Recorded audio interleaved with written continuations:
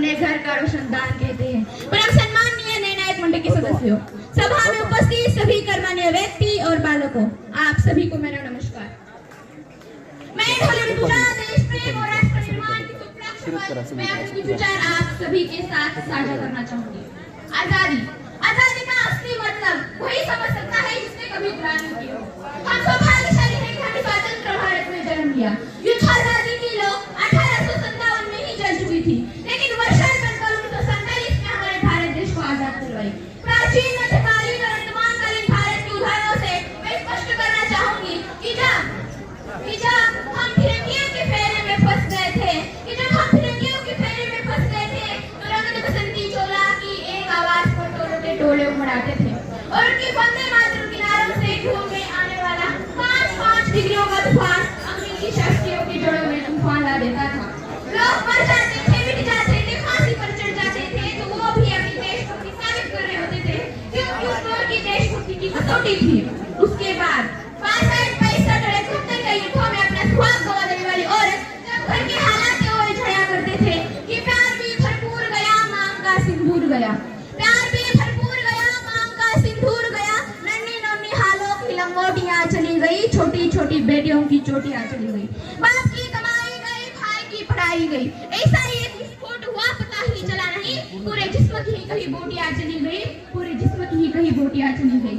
आपके लिए तो एक आदमी मरा है साहब, तो मेरे घर की तो रोटियां चली गई, मेरे घर की तो रोटियां चली गई। वाली हालात पैदा होने के बावजूद भी एक माँ अपने बेटे को सड़क पर दुश्मनी की धज्जा उड़ाने के लिए भेज देती थी और उसे पत्र लिखाकर ये भेजा करती थी कि अम्मा ने खत लिखा है बड़ी ही चायों से, पुत्र मेरे ना घबरा जाना, 1 इंच भी पीछे ना हटना, चाहे इंच कट जाना, चाहे इंच कट जाना। इस तरह पूरा परिवार अपनी देशभक्ति साबित कर रहा होता था। तब देश बलिदान मानता था, तब देश लड़ जाने को कहता था, तब देश मर जाने को, मिट जाने को, फांसी पर चढ़ जाने को कहता था। किंतु आज देश लड़ जाने को नहीं कहता, आज देश मर जाने को, मिट जाने को, फांसी पर चढ़ जाने को नहीं कहता, बल्कि मेरे विचारों में यदि कोई व्यक्ति अपना काम पूरी ईमानदारी, पूरी मेहनत और पूरी लगन से करे ना, तो वही सबसे बड़ा देशभक्त है। मैं नहीं मानती कि फेसबुक और व्हाट्सएप की बीपी को 3 रंग में रंगना ही देशभक्ति है। कि आप कहेंगे कि साल में 2 बार हाथ में तिरंगा ले लेना देशभक्ति है, तो मैं आपसे पूछना चाहूंगी कि फुटपाथ में रहने वाला वो बच्चा ट्रैफिक की छायों में, नंगी पायों में जब हाथ में तिरंगा लेकर बेच रहा होता है, क्या उसे आप उसकी देशभक्ति कहेंगे? ये उसकी देशभक्ति नहीं, बल्कि पेट की भूख की शक्ति है जो उसे ऐसा करने के लिए मजबूर करती है। क्योंकि ना मस्जिद को जानते हैं, ना शिव वालों को जानते हैं, ना मस्जिद को जानते हैं, ना शिव वालों को जानते हैं, जो पेट से भूखे होते हैं ना, और सिर्फ अपनी भोजन की निवालों को जानते हैं, और सिर्फ अपनी भोजन की निवालों को जानते हैं। अपना परिवार, अपना समाज, अपने देश के लिए समर्पण का भाव है देशभक्ति, और हर एक देशद्रोही के जीवन में आने वाला तूफान है हमारी सच्ची देशभक्ति, ताकि हर देश को ये समझ सके, अगर तू परिंदा है तो ये आसमान तेरा है, अगर तू परिंदा है तो ये आसमान तेरा है, अगर तू दरिंदा है तो ये शमशान भी तेरा है। भाईचारे से रहना है तो रह इस जमीन पर, वरना एक कब्र भी तेरी है, और एक कब्रिस्तान तेरा है, और एक कब्रिस्तान तेरा है। लेकिन एक देशद्रोही से ज्यादा हमारी देशभक्ति तब बात होती है जब एक बेटा अपने बूढ़े माँ बाप को वृद्धाश्रम की चौखट पर छोड़ाता है। करामुक्ति है जो देशभक्ति मुसीबत में फंसे लोगों की जान बचाने से ज्यादा हम उनकी सेल्फी लेकर अपने लाइफ बढ़ाने में लगे रहते हैं। आज के इस दौर में वो युवा जिनके ऊपर जिम्मेदारी थी अपने देश, अपने समाज, अपने राष्ट्र की आशाओं को बांधे रखने की, वही युवा अब 4x4 इंच की छोटी सी स्क्रीन पर अपनी कोमल अंगूठियों की घर्षण मात्राओं से अपनी भावनाओं की इमोजी भेज रहे हैं। 4 बोतल दूध का काम मेरा रोज ने भारत का भविष्य तबाह कर रखा है। हम नए किसी समाज में जीते हैं जहाँ लड़कों से बात करता देख भाई हड़काते हैं, जहाँ लड़कों से बात करता देख भाई हड़काते हैं, वही भाई अपनी गर्लफ्रेंड के किस्से घर में हंस कर सुनाते हैं। और मैं बता दूं कि महिला सुरक्षा के बारे में हम आज भी 4थे नंबर पर आते हैं।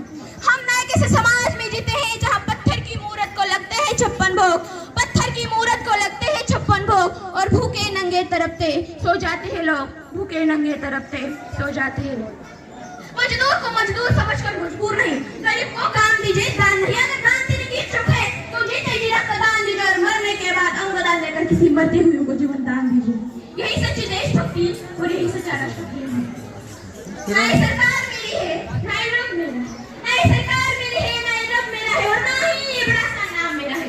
बस इतनी सी बात का गुरूर है मुझे कि मैं इस भारत की हूँ, और ये भारत मेरा है, और तू एक वैचारिक बीमारी में समाज में मुझे नजर आती है। आज हमारे दुनिया की सबसे बड़े लोग क्योंकि हिंदू पैदा होती है, मुस्लिम, सिख, ईसाई भी पैदा होती है, लेकिन बदकिस्मती इंसान पैदा नहीं होती। और मेरे विचारों में ना हिंदू की जरूरत है, ना मुसलमान की जरूरत है। राष्ट्र निर्माण के लिए केवल अच्छे इंसान की जरूरत है, केवल अच्छे इंसान की जरूरत है। जरा सोच कर देखिए, ये पेड़ पौधे और शाखाएं भी परेशान हो जाए अगर परिंदे भी हिंदू और मुसलमान हो जाए। एक शैक्षणिक बीमारी हमारे समाज में मुझे नजर आती है और बड़ी आश्चर्य की बात है, जिस देश ने पूरी दुनिया को तक्षशिला और अनंतनाग देकर विश्वविद्यालय शिक्षा की बुनियाद रखी, आज विश्व के 100 शीर्ष विश्वविद्यालयों में हमारा एक भी विश्वविद्यालय खड़ा नहीं हो पाता है। इनके पैसे और हमारे पास IIT, IIM और NIT जैसे शिक्षण संस्थान है, वही दूसरी ओर देश के गरीबों को बेरोजगारी की जमात में खड़ा करने के लिए उनके हाथ में स्वर्ग शिक्षा अभियान का जूझना पकड़ा दिया जाता है। और मैं बता दूं कि शैक्षणिक बीमारी का केवल एक कारण वो ये है कि इस देश की शिक्षा नीति केवल 2 तरह के लोगों के लिए बनती है। पहले वो जो विद्वान है और दूसरे वो धनवान। इस तरह कोई वजह की बीमारी और इस बीमारी की जो जड़ है ना, वो है हमारा अंधविश्वास।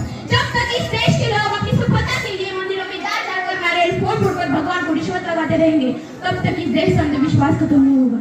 बिल्ली की रास्ता काटने पर खड़े हो जाना, अपनी धर्म अपनी जात को ऊंचा मानकर दूसरों के धर्म की अवहेलना करता रहेगा, तब तक ना तो इस देश का अंधविश्वास खत्म होगा और ना ही हमारा राष्ट्र निर्माण संभव होगा। बड़ी बड़ी बातें नहीं, छोटी छोटी कोशिशें करनी होगी, क्योंकि ठोकर हमें पहाड़ से नहीं पत्थरों से लगा सकती है। I am Indian. I am a student. I am a simple but a mother and be proud to be an Indian. और मैं सैल्यूट करना चाहूंगी कि दिन रात हमारी रक्षा के लिए खड़े हैं जवान।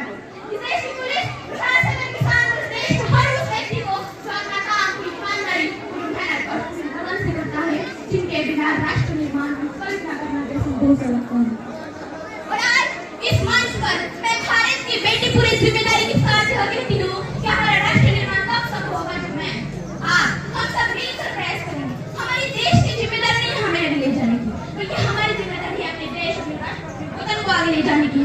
तो अंत में बस यही कहना चाहूंगी कि मेरा हिंदुस्तान महान था, महान है, महान रहेगा। मेरा हिंदुस्तान महान था, महान है, महान रहेगा। उसका हौसला सबके दिलों में बुलंद।